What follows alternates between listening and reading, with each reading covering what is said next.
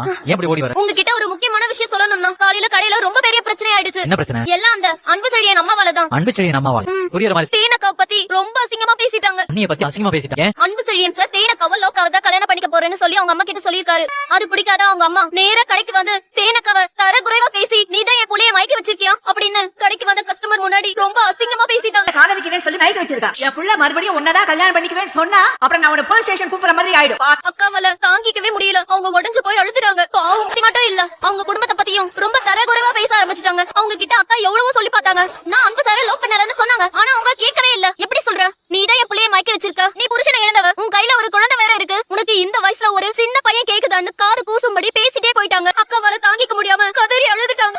பார்க்கவே ரொம்ப பாவமா இருந்து அக்கம் பக்கத்து கடையில உள்ளவங்க எல்லாம் கூட்டமா வந்து அக்கா ஒரு மாதிரி பார்க்க ஆரம்பிச்சுட்டா. தாங்கிக்கவே முடியல. கடையில பாத்துட்டு இருக்கோம். அவங்க யார்கிட்டயும் சிரிச்சு பேசுறது கூட இல்ல. அன்பு சார் அபியோட டீச்சர்ன்றதுனால அவங்க கிட்ட ஃப்ரெண்டியா பேசிட்டு இருந்தாங்க. ஆனா அவர் இத தப்பா புரிஞ்சுக்கிட்டாரு. அவரு பண்ண தப்புக்கு அவங்க அம்மா தேனக்காவை திட்டினது ரொம்ப கஷ்டமா இருந்துச்சு. தேனக்கா கிட்ட பேசாதீங்கன்னு சொல்லுங்க. மறுபடியும் அந்த அம்மா வந்து தேனக்கா கிட்ட சண்டை போட்டுச்சுன்னா அக்கா பக்கத்துல உள்ளவங்க எல்லாம் அக்காவை பத்தி என்ன நினைப்பாங்க சொல்லுங்க. சரிமா, நீ கொஞ்சம் பத்திரமா பாத்துக்கோ. நான் அன்பு செழியனை பாத்து. சரிங்க அண்ணா. நினைச்சனால அன்னைக்கு ஏதோ பிரச்சனை வரப்போகுது. இப்படியே விட்டா சரியா வராது. நீங்க நினைக்கிற மாதிரி ஆள் நான் இல்ல. நான் உண்மையாவே அவங்களை நேசிக்கிறேன். அவங்களை கல்யாணம் படிக்கணும்னு ஆசைப்படுறேன். உனக்கு எவ்வளவு தைரியம் இருந்தா என்கிட்ட இந்த மாதிரி பேசுவேன்?